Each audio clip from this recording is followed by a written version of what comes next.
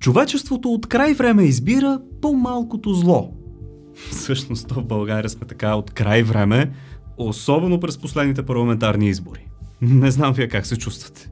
Напредъкът на науката и геният на инженерите определено се опитват да бутат планетата напред. Но дали успяват всеки път? Днес ще ви покажа някои кафяви страни на иначе зелени неща с процеси, които мислим за екологични, ама не са чак толкова. Останете до края. Вятърните турбини.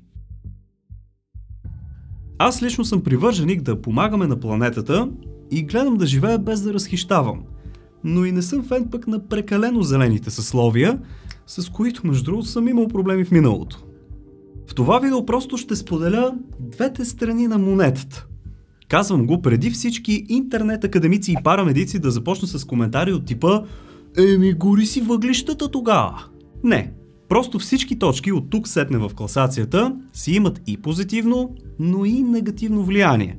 Но все пак са по-малкото зло, както вече казах. Една от емблемите на чистата енергия са вятърните турбини и на пръв поглед нямат никакво негативно влияние. Оказва се обаче, че не е съвсем така. Тези инсталации генерират вибрации и шум, които предизвикват така нареченото шумово замърсяване. Това най-често се изразява в инфразвук, който у хората в близките населени места може да предизвика главоболие, тревожност и дори безсъние. Най-лошо влияние вятърните турбини имат върху животните, тъй като те са чувствителни към тези честоти. Така ветропарковете прекъсват естествени миграционни линии на птици и намаляват цели популации на прилепи, например. Знаехте ли, че през 2012 година Европейският съюз съди България в Люксембург заради изградените на нос Калиакра турбини? В Европа си е забранено изграждането на ветропаркове близо до населени места или пък райони с местообитание на диви животни. Изследване от Харвард потвърди, че вятърните турбини забавят и пренасочват потоците от влажен въздух и така реално спомагат глобалното затопляне. Както казах, монетата си има винаги две страни. Климатичното инженерство. Вече ви разказах за Дубай, които от години използват технологията за посяване на облаци. Така обаче те изкуствено се месят в майката природа и предизвикват дъжд там, където принципно е малко. Климатичното инженерство е добро за едни, но пък пагубно за други. Макар учени многократно да предупреждават, че това може да окаже влияние на атмосферата на глобално ниво, в крайна сметка положението е всеки за себе си. Емирствата си действат без изобщо да мислят за последиците върху другите региони. А те вече започнаха да се появяват. Наблюдавате кадри от арабската пустиня, която беше засипана от градушка. Нещо, което не се случва много често. Според учени от списание Nature, геоинженерството е наистина много обезпокоително нещо.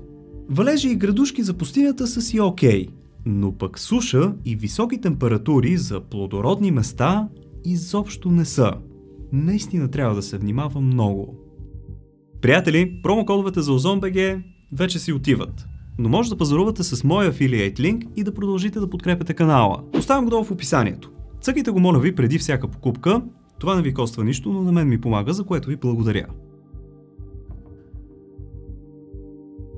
Соларни паркове. Фотоволтаичните панели също са супер популярни за производство на зелена енергия. Но и те може би не са толкова екологични, колкото си ги представяхте. Реално минусите на соларните панели са в производството им и в рециклирането им. Те съдържат някои токсични и тежки метали, като кадмий, и вредни химикали, като хидрохлорна киселина. В допълнение, през определен период от време, те трябва да се подменят, за да са максимално продуктивни. И това започва да повдига въпроса дали производството и последващото им унищожение няма да нанесат повече вреда, отколкото полза по време на жизненият им цикъл. В България нещата отново са по-странни и най-вече по-кафяви, отколкото зелени. Докато в другите държави фотоволтаичните паркове се инсталират в пустини или пък песъчливи ненужни терени, в България огромни соларни централи се правят върху супер плодородна почва. Управляващите се усетиха и смъкнаха категорията, но вече беше късно. Хиляди декари богати почви бяха буквално захлупени от тарикати близки до властта. Дървени играчки, чинии, бъркалки и други. Европейският съюз забрани пластмасовите чинии, чаши и бъркалки, като акцентира на тези от дървесина и целулоза. Тук като цяло всички сме окей и подкрепяме в името на околната среда. Но хора, не знам за вас, аз лично не мога да се примиря с тези хартиени сламки. Някакъв кошмар са, честно. За направата на тези хартиени или дървени прибори за хранене се изсичат дървета. Това навярно ви е ясно. Принципно условието е тези дървета да бъдат от специално засадени за тази цел гори. Познайте обаче дали това условие се спазва в Китай или пък в държавите, които са около Амазонка, откъдето идват повечето такива продукти. Силно се съмнявам. Вместо да се борим срещу изсичането, ние даваме още една причина за обезлесяване. Отделно, навярно не знаете, но хартията за чиниките, например, е запечатана в специални химикали, които ги предпазват да не се разпаднат, когато храната е върху тях. Това ги прави и по-трудни за рециклиране. Дървените играчки стават все по-популярни, особено сред родителите с активна позиция по опазването на природата. Те са покрити с различни лакове и бои, а частите им са свързани с лепила, които, както знаем, са си чиста химия. Хартиените торбички. В сянката на предишната точка е редно да засегнем и хартиените торбички, които толкова усилено се рекламират от големите вериги като екологични, като пазещи природата. Всъщност, ето ви 4 техни минуса. Първо, една хартиена торба изисква 3 пъти повече енергия за направа, отколкото една найлонова.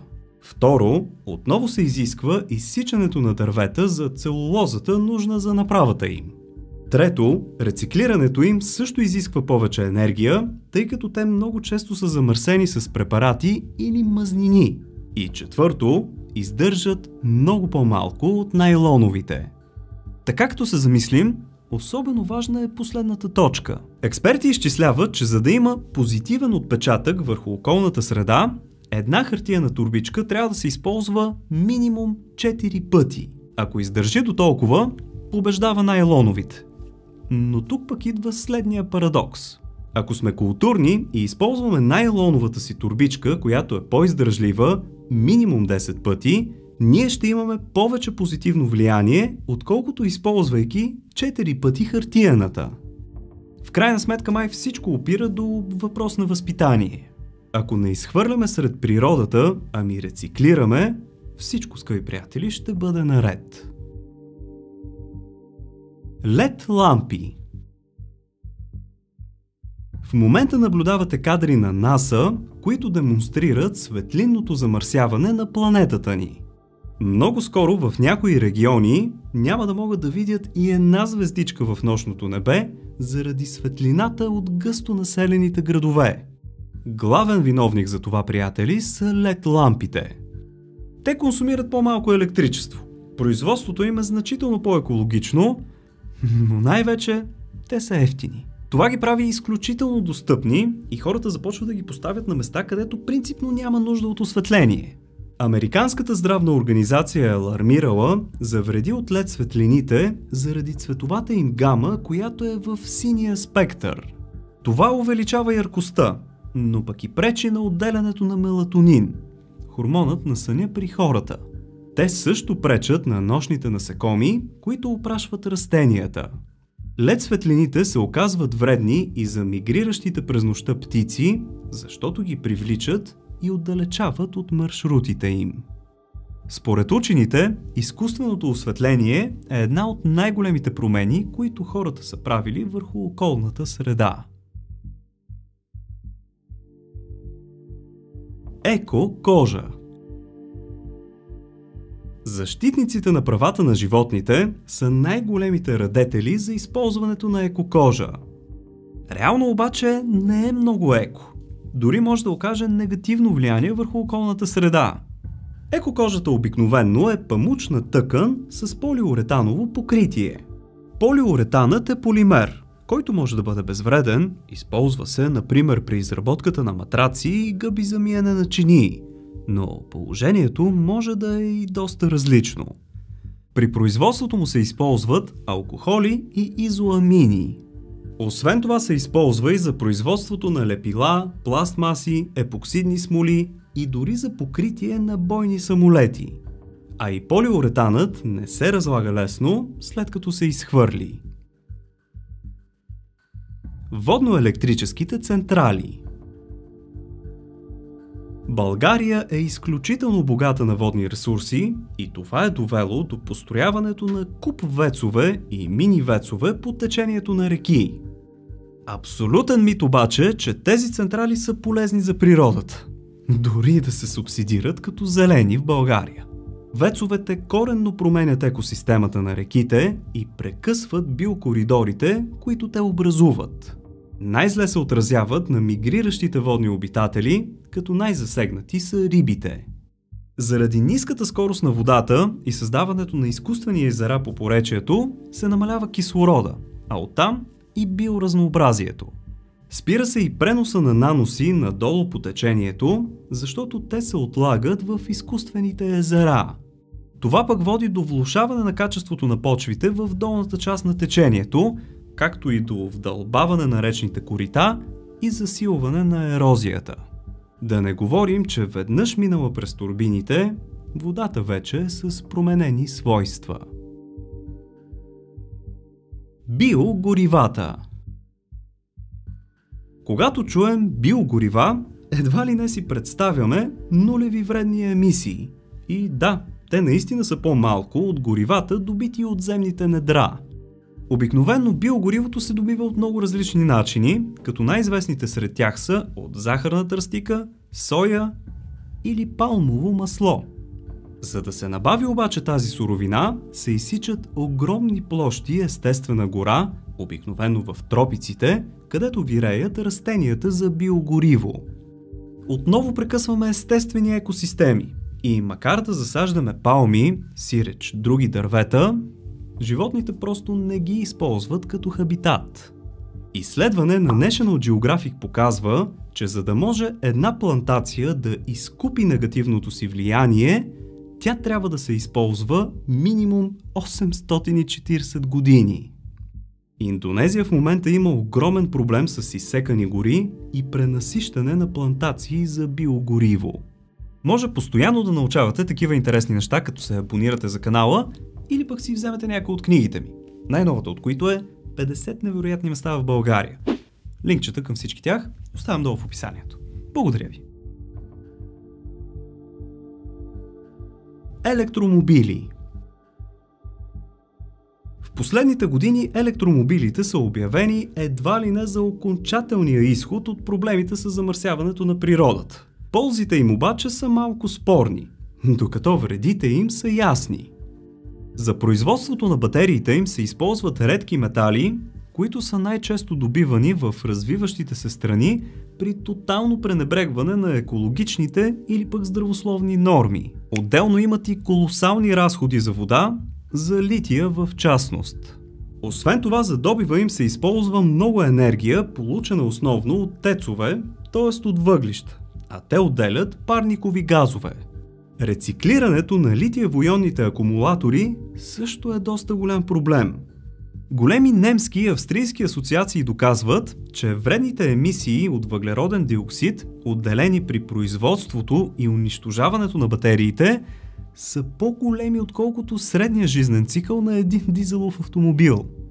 За да бъде с положително въздействие, един електромобил трябва да мине 220 000 км, а до момента няма батерии, чието цикли да стигнат за толкова пробег. За да може един електромобил да е с положителен отпечатък върху околната среда, компонентите му и в частност батериите трябва да са произведени благодарение на зелена енергия. Това обаче в момента не е така. Greenwashing. Странният английски термин greenwashing се използва, когато компаниите твърдят, че са направили нещо супер зелено, но всъщност е точно обратното. Сега ще ви запозная с няколко известни примера. Volkswagen бяха хванати с дефект в кавички, или по-скоро софтуер, който намаляваше мощността на двигателите, за да стопят вредните емисии, само за да минат екотеста. Starbucks премахнаха сламките през 2018 година и ги замениха с специални капаци с цел да намалят пластмасовите отпадъци. Оказа се обаче, че новите им капаци съдържат по-голямо количество полипропилен, отколкото старата комбинация с сламката. Компанията обаче отрича. Производителите на гуми Мишлен и подизпълнителите им в Индонезия казаха, че ще съдят зелена и устойчива плантация за каучук за 95 милиона евро. Някак си удобно обаче забравиха да споменат, че е трябвало да изсекат 8000 хектара джунгла, за да го направят. Това беше за днес, скъпи приятели. Надявам се видеото да ви е било интересно, но най-вече полезно. Ако е така, оценете го с един палец нагоре и не забравяйте, че може да ударите едно дигитално рамо чрез бутона Thanks, който се намира тук някъде долу. Абонирайте се супер лесно и безплатно от кръгчето с моята снимка, ето тук горе, и не забравяйте да треснете една камбанка, за да получавате известия, когато кача нещо ново. В случай, че разполагате с още свободно време, което искате да запълните с знания и интересни факти, може да цъкнете на някой от тези двете видеа тук.